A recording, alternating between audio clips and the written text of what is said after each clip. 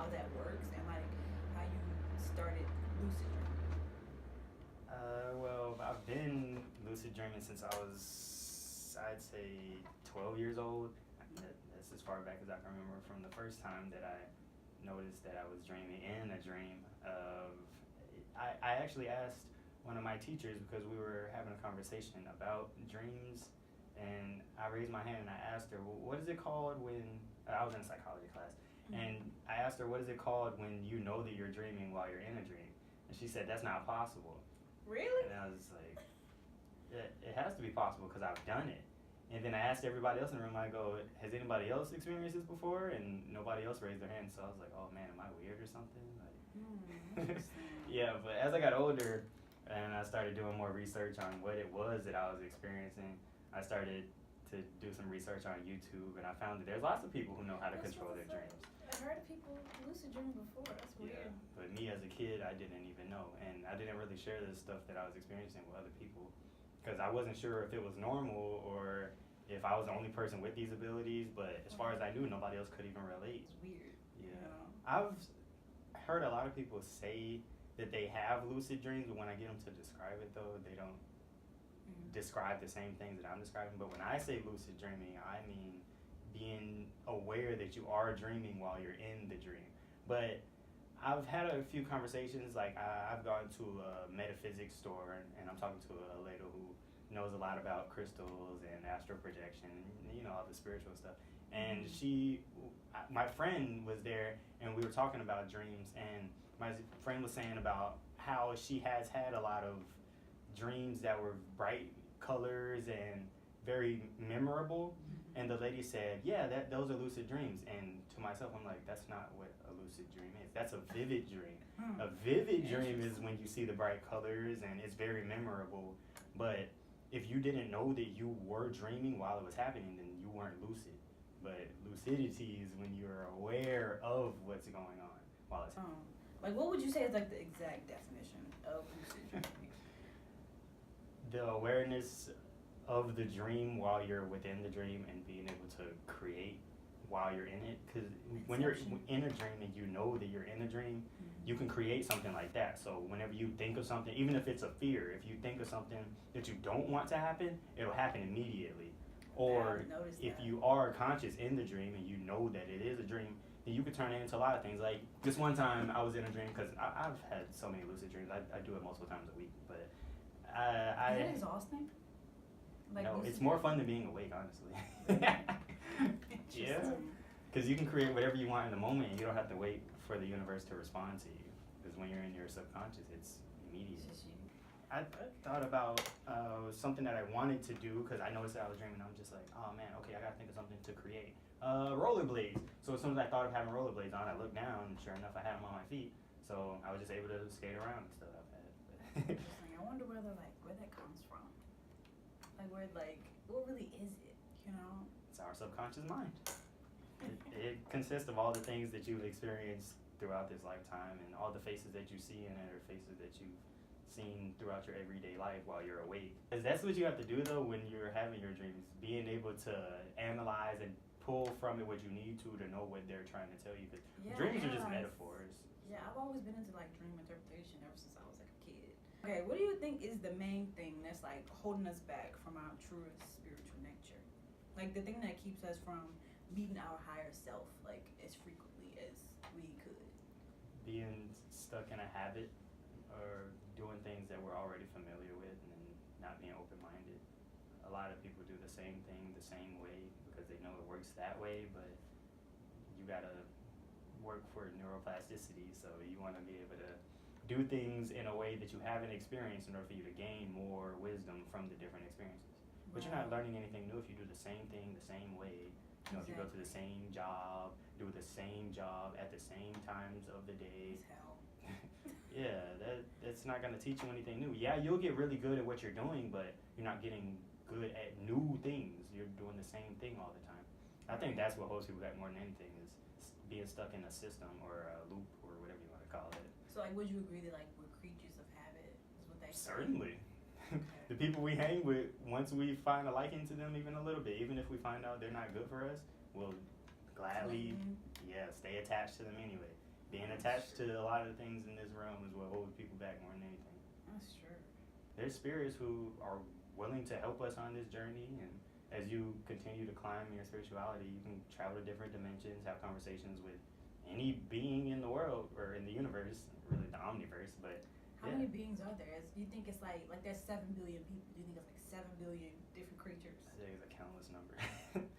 Because some of us have the ability to be in different forms at the same time, but time doesn't really exist anywhere other than here anyway. So time is an illusion. Yeah, but I can be here and in another realm at the same time, which I am, or we all are, but we're just not aware of our different existences beyond the three-dimensional.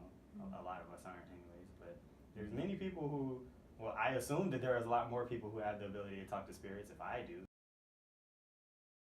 We're in the age of Aquarius, so like we're more apt to like learning and being open to learn new things and being more spiritually awakened than like the last generations. I found out about the law of attraction. I was like, oh, this is what I've been doing. So then I like went from there. Okay, like the manifestation and stuff, like meditation. Yeah. How old were you when you first started to realize your spiritual nature? And like also question stuff, you know, that was taught to us by the media and teachers and like parents, like just questioning like just everything in the world. Like, how was that, like, for both of y'all? When y'all first started, like, that don't make sense. It's kind of weird. What was the first thing? I was raised in a Baptist Christian household, so when we were going to church and reading the Bible, and they're telling me all these stories about Jesus and how he lived and the way that we're supposed to live, I started asking more questions about, like, things like suicide, for example. I asked my parents about suicide and are we going to hell if we kill ourselves? And I asked both of my parents that at the same time, and they had two different answers. So that got me to thinking maybe people who are Christians don't always know all of the answers. So that was the first thing to make me go, what if the only reason why I believe this stuff or we believe this stuff is because of where we were born? Because people in China don't usually believe in Christianity, so are they going to hell just because they weren't born in the right place to know this religion? I had the same like thing where I was like, but why would God throw all these other people in hell for not believing in, like, for not being Christian when they can't help it? You know, it's like the kids, they're just born into it, like they can't help it. And so I always had that question as a kid, like over and over. I always keep asking that, but that don't make sense. I know, and I didn't want to believe like, oh, they're going to hell because I was like, that's not right. Right. Especially if they portray God to be merciful, like that's not merciful. It's supposed to be a loving God. Yeah. Right. How understanding is that? If you're throwing people in hell just because they don't believe in a certain book. When I asked my parents that, I think that was the first moment when I realized that there's holes in this Christianity thing. If there's people who've been doing it their whole life and they still don't have a full understanding. Okay, so on to like the big thing, which is fear, which is like it like. That's a big thing. Yeah, exactly. It keeps us trapped, and like one thing I've noticed is the news is so negative, and I feel like that they put only negative stuff in the news, like fake news and stuff like that, just to scare people with it. Yeah. And like, what do y'all think about that? They make it seem like it's more negative going on than what it really is. Right. So people think it's way more negative things going on in the world, but it's really our perception. It really is. Exactly. It's kind of like how do I put it? It's like it makes people scared to leave their house. That's their point. That was their purpose. And not want to get out and actually like live life. Now you just like, okay, I'm just gonna stay in my house. Yeah, so you can live in fear. Stick with what's familiar. Exactly. Stay attached to what you already know. Which is the worst place to be, like stuck in your home. Like home is comfortable, but like it also can like be the thing that makes you depressed. You know, because then you can get stuck in your mind. You know, when you're at home. Okay, number 6. How can we find out who we were in our past lives? How can we find out who we were? That's something I always wonder. Like, I know you can find out through meditation. You can do that by looking in the mirror for a really long time. Look yourself in the eye, and you'll start, like, it's called scrying, and you'll start to actually see yourself. But you have to look for a really long time, but you'll be able to see. But you have to be, like, really focusing in, and that you have to set that intention. That's one way that I know. Interesting. So, like, what do you look into your eyes? Look into your eyes for a really long time till reality starts to fade out. You know. That's weird. I used to do that as a kid all the time. And then you realize that wow, I'm not even just this body, and you're like, holy shit. So it's That's like, so weird. it is like, you were like, when you look yourself in the eye for so long, you're like, whoa, like there's more to this. Like this is just like a physical body. Like there's way more to this, and you'll be able to see more than what you thought you could. Interesting. A way I know I'm gonna do that you can find yourself in who you used to be, or I guess it's who you still are, because it forms you into who you are now.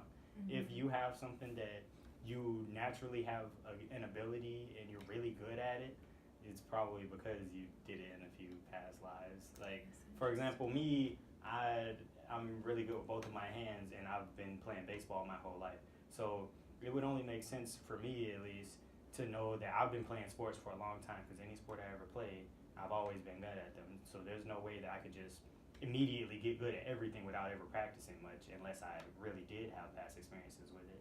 Interesting. But I also noticed that if it's something that you already did enough with in the past life, the universe will keep putting obstacles in your way so that you can't stick with it. So, for example, me with playing baseball, I've been doing it my whole life, and there was always something to get in my way to keep me from doing it long term as a professional, even though I had the ability to, but it was consuming so much of my time that I didn't really know myself until I detached from that.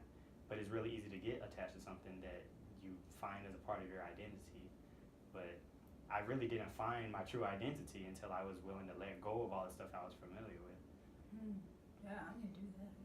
Let go of the stuff I'm familiar with. If you see that there's a lot of stuff that just keeps getting away when you try something over and over again, then it might be because you already spent enough time on that before, and you didn't even find a new focus. I'm gonna start paying attention, that kind of thing. That's interesting. And like one thing I feel like also helps you with like who you are in your past life is astrology. Yeah. And like the North Node The and the South nodes, Node. yeah. That definitely is like one of those things. What was like the most shocking, depressing, aggravating thing that you found out about society in like relation to spirituality?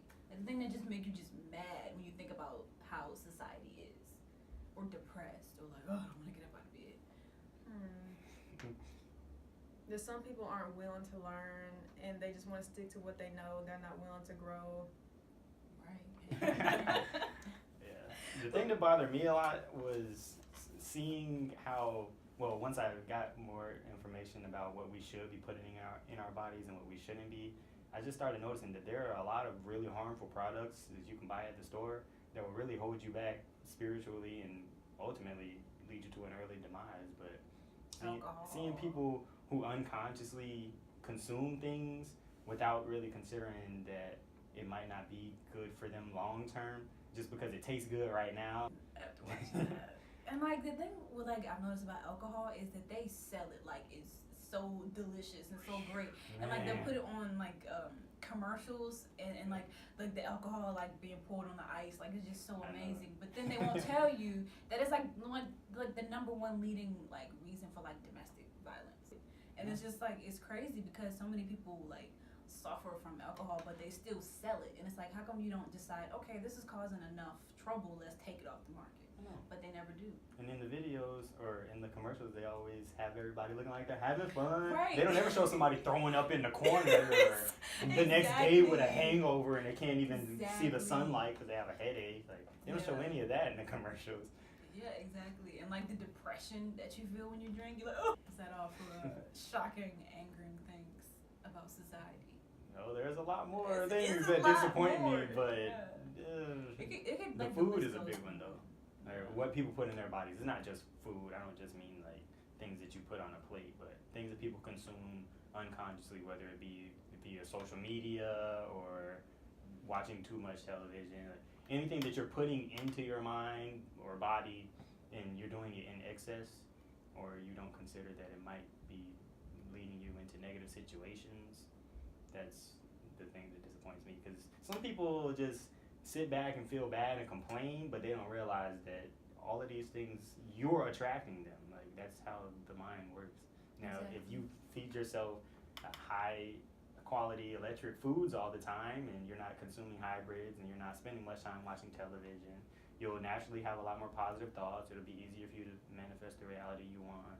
That's true. But if you stay attached to the regular stuff or the stuff that makes you happy in the moment, long term, you'll probably be unhealthy. Because some of the stuff they put in like movies and TV shows is kind of like, that's a little disturbing. You know, it's just kind of like stuff that people are too okay with. You know, it's just like, it's like the violence. It's like it's just so violent in TV shows. Like I don't understand like violence is in the world, but they put it in like somebody stabbing somebody's eye out and just like slitting somebody's throat. Like you don't do that every day, so why do you want to see that? You know, it's kind of a little bit much. And like we're just so desensitized. So like let's talk about the vegan experience. Like you're talking about vegan, like being vegan gave you like superpowers, and like you know, like how I mean, it's hard. It's hard. It is hard to resist a lot of the things, at least at first. But once I started seeing the results that I was getting from resisting all the bad stuff, I was like, I'm never gonna put that stuff back in my body. It was holding me back all that time. I didn't even know it. They used to give me milk at lunchtime at school. Like, if I was sick, that's the worst thing you could do is add more mucus to your body. Like, that's not realize there was a lot of flaws in the system because they give kids milk at lunchtime and they'll probably give them a fruit cup and that's the only healthy thing. But it'll be why don't they give kids water bottles? Why don't they give them milk? And if they do, it's fluoridated. If they do give them water, it's got fluoride in it and all kinds of other metals that could be harmful. It's probably got a really acidic potential hydrogen, so yeah. Oh man, there's so many things to fix about this. So many things. We got a lot of work to do. I got thrown off there. What was the question? It was about the vegan experience and like what vegan. eating like no meat does for you and your body, spirit. Well, physically, I noticed that it was a lot easier to keep my skin clear and my nails and my hair got a lot healthier once I went vegan. Yeah. No, I know that acne, like it was a lot easier to be in a good mood. Chips and stuff give you acne. You need a milk. Yeah. That's just. But spiritually, it allowed me to reach different, I guess I could call it sections in my brain that I couldn't access before. Interesting. So now it's like I unlocked a new door, and now I have the ability to maybe empathize with somebody easier, or I can kind of, I can feel frequencies better than ever before. Okay. So if I walk into a room and there's people with bad vibes, like it's easy to pick up on that like that. Or if somebody's bothered, even if they don't say it, it's easier to feel that they're bothered about something. But before it was kind of like a more negative mindset, and it was more about me. But when I really stayed disciplined with my diet, and I got the fluoride out of my diet, and I got fluoride-free toothpaste, and I stopped using deodorant with aluminum in it, and all these different things, then I was really able to utilize my true powers that I didn't even know I had before. I'm like, I didn't know that I could see the future or control my dreams or travel to different dimensions. Like, I didn't even know any of that stuff was possible until I let go of all the stuff that I thought I knew was right. We probably could communicate with each other like telepathically. Totally. Yeah. Yeah, we could definitely do that. Spooky, but I kind of want to know what that feels like to have like somebody else like talk to you, but without opening their mouths. Because I feel like we already do that with each other, like when we talk to each other, like with body language and stuff like that. We already like communicating by like how we like the facial expressions that we make. So I feel like we gotta kind of be able to do that in other ways. You know what I mean? Yeah. We have these abilities already. It's just getting tuned into them again. It's exciting, but at the same time, it's like, oh boy, got a lot of work to do. Yeah, it's a journey, that's for sure. It's not gonna come overnight. Okay, and number 9 is all about like the restrictions of religion, like that whole box of like what happens when you just take down like all religions. And when you take out the blinders. Oh man, you'll be able to see a lot more things for what they truly are when you don't have a bias based off of this is God's punishment for them doing this, or if something's happening to you, it's easier for you to see that you have control over it rather than you saying, oh, I'll leave it in God's hands. But if you come to the realization that we are God, then it's a lot easier to do what you want to do with your life, and you don't blame anybody else when something bad happens. But even if if you perceive it to be bad, it's still a learning experience. So it's not right for you to see something that bad happen to you, because everybody's got some sort of struggle or suffering that you have to go through in order to learn and grow from it. Take off the blinders. What about you? When you were able to take off the blinders. I realized I was basically like a co-creator with the universe, and I became more powerful. Okay, so Yeah. like, what do you mean by co-creator? I realized that I was creating my own reality with my thoughts and my words, and it was a good feeling knowing that I can have control too.